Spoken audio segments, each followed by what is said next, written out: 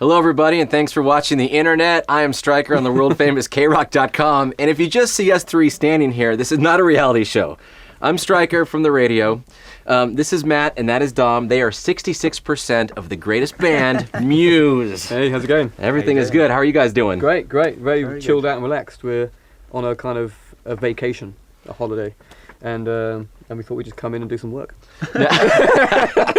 Now, I appreciate that. Everyone watching this appreciates that. You guys are probably like, damn it, we gotta go talk to this No, guy. we're more than happy. We're basically in LA for the week. We've been here for a week already, and we're staying here for about another week. And it's just it's nice to be chilling out here and not having to perform or anything. We've got the gigs coming up. When's that, in a couple of weeks or something? Yeah, Sunday. September 25th and 26th. We have two shows at Staples here in Southern California. That's and then September 23rd at the Honda Center. Yeah. And I'm going to give away some tickets on the radio when I play this back. Nice. But let's talk about vacation and relaxation and not talk about shows for a minute. So you're in LA for a few days. Even though, of course, you're not even from the United States, I consider you an LA band because this city has gravitated to you guys for a very long time. Yeah, no, we've loved it here ever since we actually made quite a lot of our third album here, Absolution. Right. We recorded a lot of that here, and that was probably when we spent a couple of months here. So we got to know the area reasonably okay, you know, and we made a lot of friends here and stuff. So every time we come through, we just kind of feel very much at home. It's one of those places where you're on the road, but you feel at home, you know. When people first move to LA, they hang out in a spot that they think is just the best and most artsy, and then a year later they're like, I can't believe I was hanging out there. Right. Are there any places like that for you guys? Well, you know, there's years ago when we first came, we used to like hang around the Mondrian, you know? Okay. You know, and it's like, and I can't believe, you know, now, you know, you sort of think like, what was I thinking? You know, Right. like, you know, hanging around with a bunch of, you know, buffoons and clowns. And, but you know, that's what we were. We were buffoons and clowns back then. So, Right. you know, I still am, by the way. Just so you know. We fitted in, yeah. Well, I'm going there this Friday if you want to come out for a drink. Okay, so you're staying on the Mondrian, and now, I don't want to know where you're staying exactly, but what parts of LA do you gravitate towards now? All over really. Silver Lake I've discovered, obviously. Okay. That seems like a place where there seems to be place, lots of nice places to go out there. Been Right. hanging about there a little bit. Palisades for some reason. Yeah, Pacific Palisades. I went to high school in the Palisades. Yeah, there you go. Yeah, that's a very lovely area. Very quiet, laid back. It is. Been going Very rough neighborhood.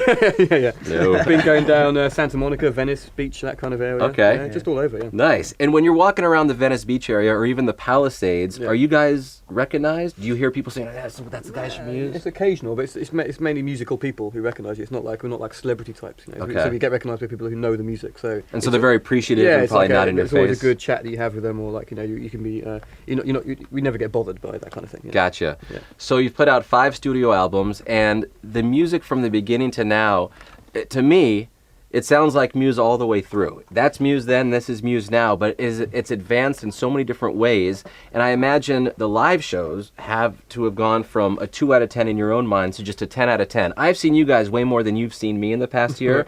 I was at Coachella, and the week before that, I was at the Vegas show. Oh, cool. That was a good one. Yeah. Yeah, I love the Vegas show. If you could just tell everyone, not the cost, but the effort and the amount of manpower and energy it goes into putting together one of your performances. For the Vegas show, well, for that tour, that's the same setup we're bringing through for the LA gigs. Mm-hmm. What is it, 60, 70 crew, maybe? I think we got about 80. It's quite a big touring party right now with that show that we're doing, because we have all the lifts. The whole thing is completely like custom built for the production. Because sometimes you'll roll inside an arena or something like that, and there's a stage already there, and then you just put your gear on there, your instruments and bit of screen or whatever. But this whole thing is arts, and it's custom built, you know, for all the lifts of the stage is round, so we can get all the people around the back of us. I mean, it's a big old deal, but it's took a load of effort to actually get the whole thing sorted out in the first place, like the pre-production, like the rehearsal process. That was reasonably stressful. I've been to a lot of shows in my time, and I've seen maybe your band 5 or 6 times, but overall, that Vegas show was the best concert I'd ever been to. Wow. I mean, from the sound to the performance and just the staging when those 3 giant rectangle square-looking things come up, and you guys are there in the very beginning, and the lights and the huge eyeball balloons are floating around. I mean, just everything is so amazing. Who comes up with these ideas? Is it just the 3 of you, or do you have a man in a scientist hands you a sheet of paper? No, we all sort of chat through. It's a collaborative effort with, obviously, you've got like lighting guy, you've got video makers. We've got a couple of video makers that are friends of ours from school and stuff, who've gone on to be kind of like what does Leo do? He does like special effects, visual for films effects, and things. yeah, visual And effects. so we've got a couple of friends that are in that kind of industry, and then there's people like set builders and that kind of stuff. So we just get them all in the room together and just start talking about what the album means, and the kind of moods we'd like to convey with the songs, and everyone just starts scribbling down just ideas, and then normally budgets kick in and it all gets cut down to something, and you end up with something, which is what we've got. Right. Originally it was going to be something. Originally wanted the whole thing to be like a large building that we were in, and the whole thing rotates around like that with like sort of 4 floors, and we were kind of like trapped inside this prison, Oh my god! And then like eventually we had to cut eventually we had to cut the whole rotating stage. You have to eat on the road. You can't spend all your money on that staging, exactly, right? Yeah. And then you had to like we end up stripping it down to its most sort of simplest form, which is these 3 kind of miniature sky rises that we're playing on. The good thing about having a big setup like that is that it's so big to move around that you can actually get we get a month off in November, because the last gig we play is where is it in America? New Orleans. New Orleans, yeah. Right. But the gig before that is the last gig with the setup. And that's the last gig we play, and it takes a month to get the gear to Australia because it has to go because it can't go on planes. It has to go on ships. On a and ship. stuff. Yeah. They don't make you go on that ship, right? You get to go on the plane. I'm sure we could if we wanted to, but I'm not sure if I want to be out at sea for a month with a couple of sea containers. No, I don't think I would want to do that. All right, we're still hanging out with Muse. Matt and Dom are here from the band. Every time we play a Muse song on the radio, in my mind, you guys are gaining another fan, because there's so many people. I'll play a Muse song and someone will call me like, Stryker, what was that song? I'll tell them it's Muse. Just to give people a little history who don't know that much about you guys, there was a time when you were on a very big record label, rhymes with Maverick,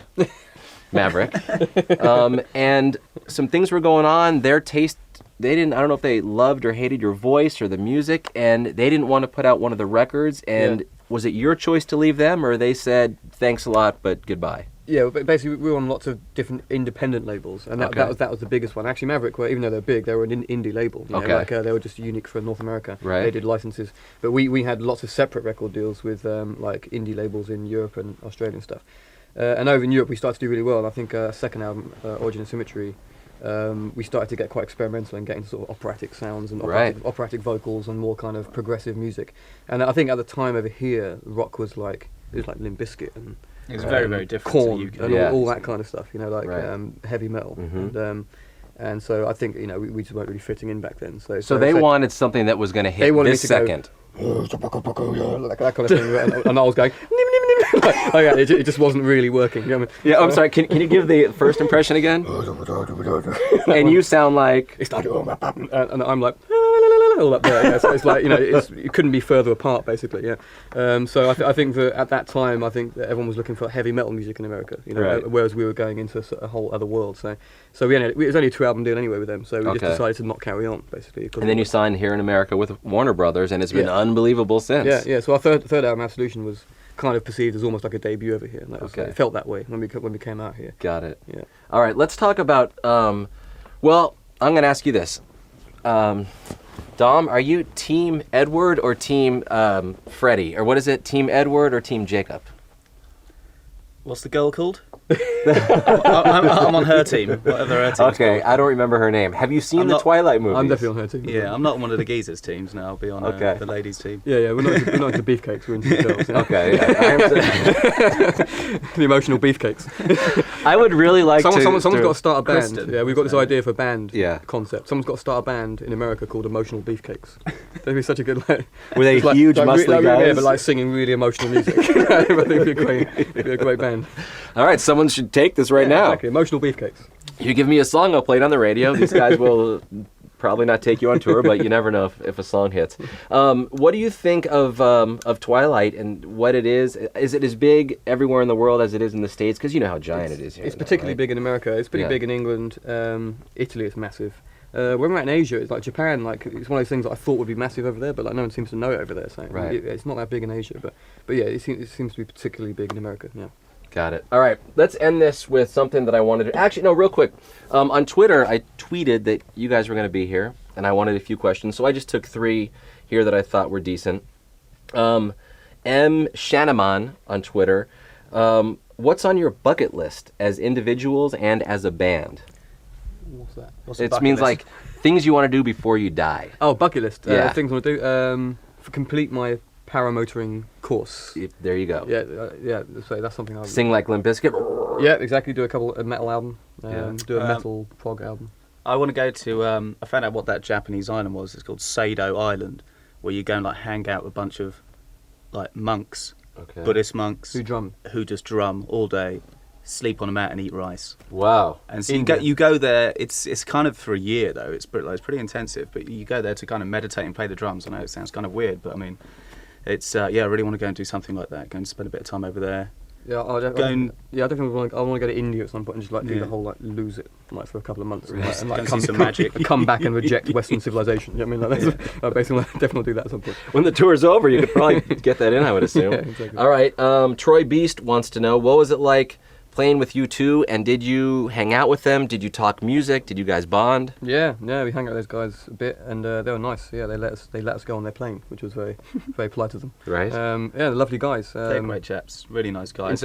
Great, yeah, probably the best live band I think we've seen. Yeah. Oh, is that right? Yeah. I mean, because we had actually never seen them before. I'd never seen them before when we actually toured them, but it's great to see those guys. They're totally rocking out. But they're wicked. We got the Edge to come and play with us when we played Glastonbury Festival just like a month ago, or in June actually, in the UK, and that was great. And we played Where the Streets Have No Name, and that was that must have been amazing. That was great. Yeah, it's a great feeling to kind of get them on stage and play that. But yeah, they're wicked guys. All right, we're going to end this interview here with 2/3 of the guys from Muse, Matt and Dom, with the match game.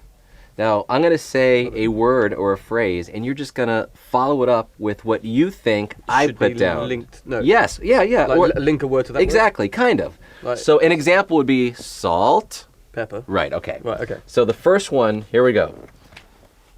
Los Angeles. Women. Do you have another guess? Lakers.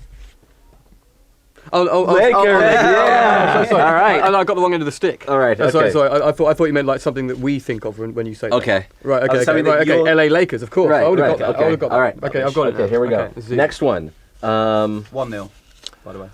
Yeah. 1-0. Okay. Bono. Edge.